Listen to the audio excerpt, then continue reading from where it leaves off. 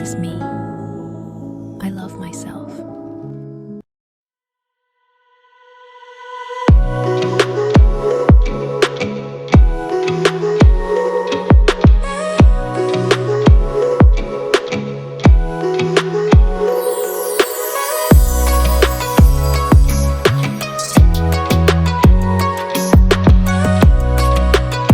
සුබම සුබ දවසක් වෙන්න කියලා ප්‍රාර්ථනා කරන ගමන් එන්නකො මගේ යාළුවෝ මේ පැත්තට චුට්ටක්.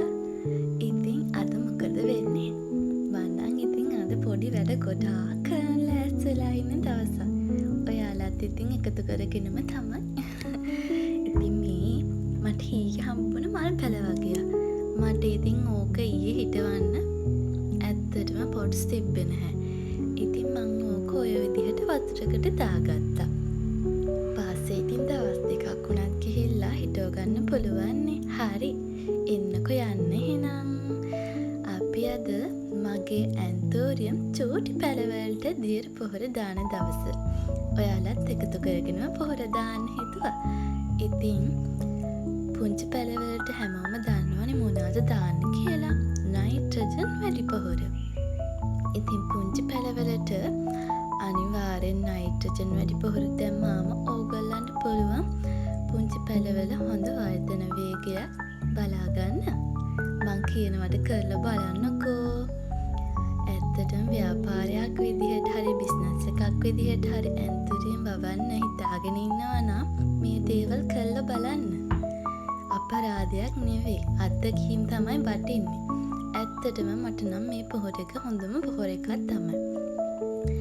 ඉතින් පුංචි පැල හොඳට නෑවෙන්න දාන්න ඕනේ. මොකද පත්‍රයේ උඩට පත්‍රයේ යටට අනිවාර්යෙන් පොහොර දාන්න. ඉතින් මටත් කලින් ඔයාලට පුංචි පැල ලොකු කරගන්න ඕනේ නම් මේ දාන තියෙන වතුර වලට අදාළ පොහොර සාන්ද්‍රණය අඩු කරලා සතියට දවස් 2ක් ඔයාලට පුළුවන් ස්ප්‍රේ පොහොර එක ගහන්න. ගහලා බලන්නකෝ. හොඳ වර්ධන වේගයක් බලා ගන්න පුළුවන් වෙයි. ඉතින් බලන්නකෝ මගේ මේ පුංචි පැල ටික අද ඉතින් හොඳට පොහොර වලින් නාව ගන්නවා. හරි. ඉතින් බලන්නකෝ මේ ඇසේ මගේ මේ පැල් වලට චූටි යාළුවෙකුත් ඇවිල්ලා. ගොළු බෙල්ලෝ හිමින් යනවා කුවට මේ හම්බෙල්ල නම් පුදුම වේගකින් තමයි දුවන්නේ. ඉතින් පොහොර දාලා ඉවර වෙලා මම මේ කරන්නේ මගේ ඇන්තෝරියම් පාත්තියේ ගස් ටික පොඩ්ඩක් ඕමනාවෙන් බලන එක. දිලීර හැදිච්ච කොළයක් මේක කලින් මම මේ චූටි කෑල්ලක් කඩලා තිබ්බට ඒක කොළේටම යනවා වගේ දැනෙන නිසා මං කොළේ මෙන්න මෙහෙම උඩ හරියෙන් තමයි කපලා දාන්නේ. යටින් කපන්න එපා. උඩ හරියෙන් කපන්න. ඉතින් මේ වගේ කොළ ඕගොල්ලෝගේ මිදුලේ තැන තැන දාන්නත් එපා. අපි නම් ඉතින් කුණු දෙන්නේ කුණු ටැට්ටරයකට නිසා මම මේ කොළ ඔක්කොම ඉතින් දවල්ට එන කුණු ටැට්ටර මාමට දෙන්න තමයි දාන්නේ.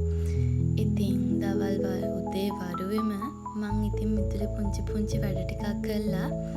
ඊට පස්සේ මම මේ ලෑස්ති වෙන්නේ අපේ ගෙදර අහක දාලා තියෙන අම්මගේ හට්ටි මුට්ටි වලං කෑලි මේවා අරගෙන මට මල් පෝච්චි නෑ කියලා කිව්වනේ. මං ඒකට හරියන්න මල් පෝච්චි ටිකක් හදාගන්න තමයි මේ හදන්නේ. ඉතින් අනේ ඔය විසික් කරලා තියෙන හට්ටි මුට්ටි වලින් වැඩක් ගන්නත් එපා නේද අනේ.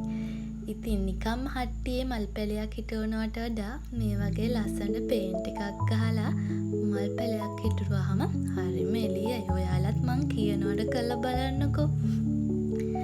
ඉතින් මම මේ පරණ හට්ටියේ නම් සුදු පාට පේන්ට් එකක් චුට්ටක් ගහලා තිබ්බ ඒ වැඩේ හරියයිද කියලා කලින් බලන්න.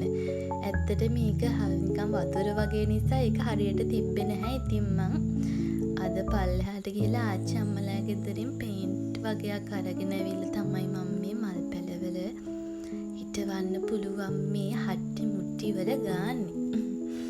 ඉතින් ගාලා අවුවෙන් තියලා මං අද හවසට යන්න හිතන් ඉන්නේ මල් පැල වගේක් අරන් එන්න.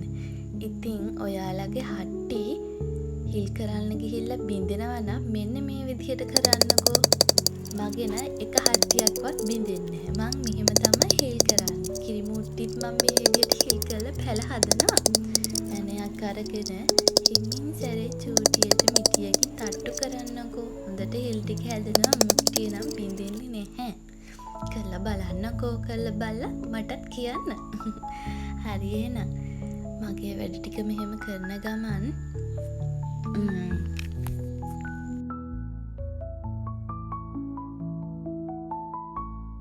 ඔයාලා බලන්නකෝ මම කොච්චර ඉක්මනට වැඩේ කරගෙන යනවද කියලා.